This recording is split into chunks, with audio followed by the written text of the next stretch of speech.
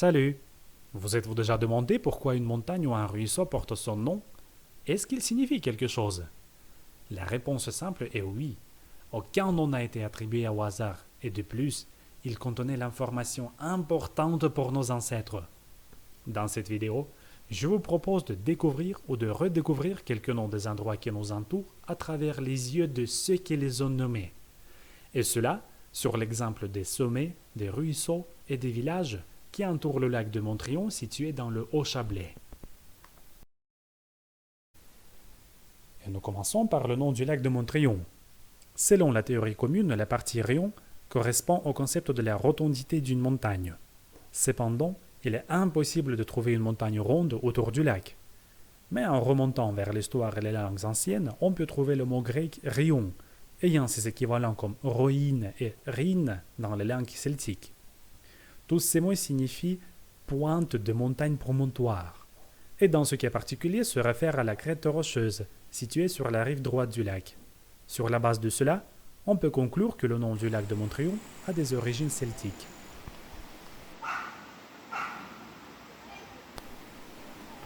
Après s'être promené le long de la crête, on se retrouve en face d'une cascade appelée Nom de la Lapia.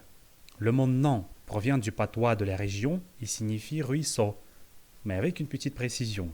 Ruisseau alimenté par l'eau de pluie.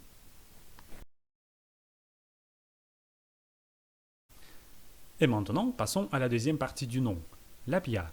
Ce mot est particulièrement intéressant car elle vient du celtique lapia, ce qui signifie dalle de pierre. Au fil du temps, le mot a légèrement changé sa signification, et une lapia commença à désigner précisément ce que vous voyez, une dalle de pierre ravinée par un ruisseau.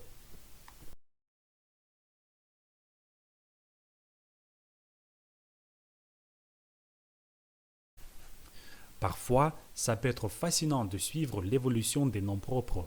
Ce ruisseau fut probablement nommé Lapia par les premiers habitants du lieu, Celtes.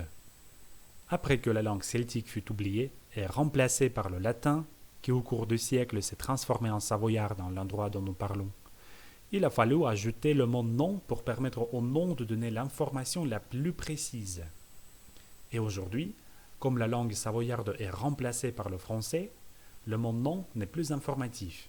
Et il est probable qu'un jour, le nom soit changé en ruisseau de nom de la Lapia ou cascade de la Lapia.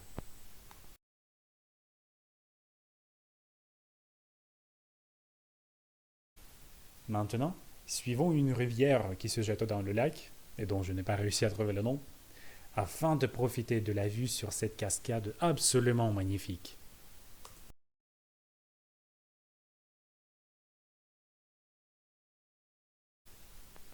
La cascade d'Ardent tire son nom du village à proximité.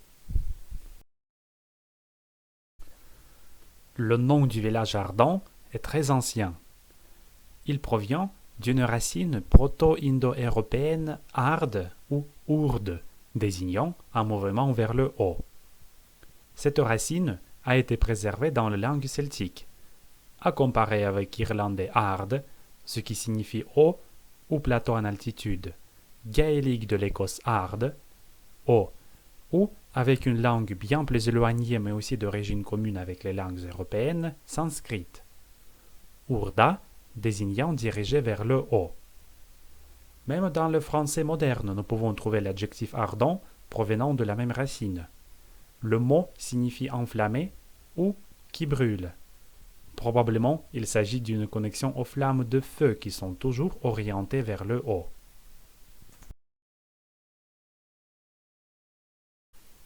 Si nous suivons les instructions de nous diriger vers le haut données par Ardent, nous nous retrouverons à Landaré.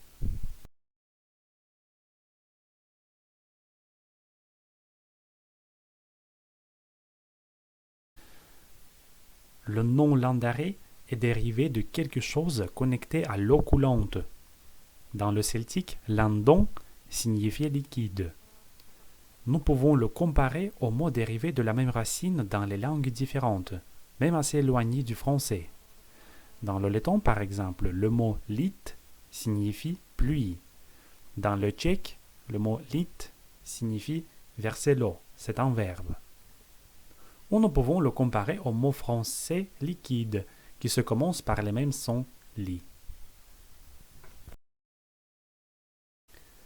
L'abondance des sources d'eau dans le village, ainsi qu'une cascade pittoresque, ne laisse aucun doute sur les raisons pour lesquelles les ancêtres choisirent ce nom. Ou peut-être ils ont fait une référence à la cascade située juste à 2 pas du village de Landare.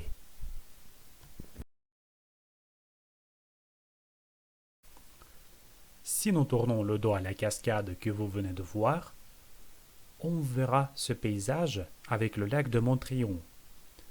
Pour la clarté, la flèche jaune montre le même endroit sur les 2 images, c'est-à-dire la crête de Rion, dont on a parlé au début de la vidéo.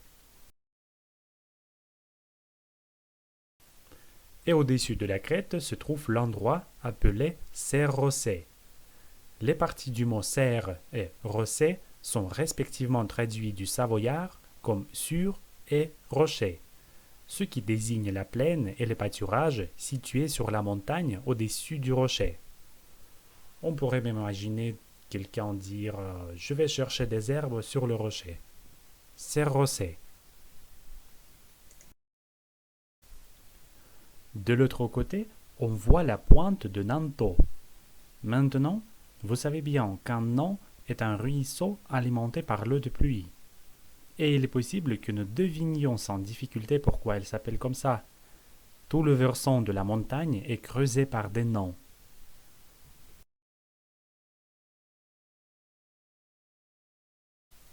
En conclusion, je voudrais dire que tout nom géographique a sa signification, même si aujourd'hui elle n'est pas toujours claire à cause de l'évolution des langues. Et souvent, quand on traduit un nom d'une langue ancienne, ça nous aide à nous naviguer mieux dans notre environnement. Et de plus, se souvenir d'un nom devient plus facile.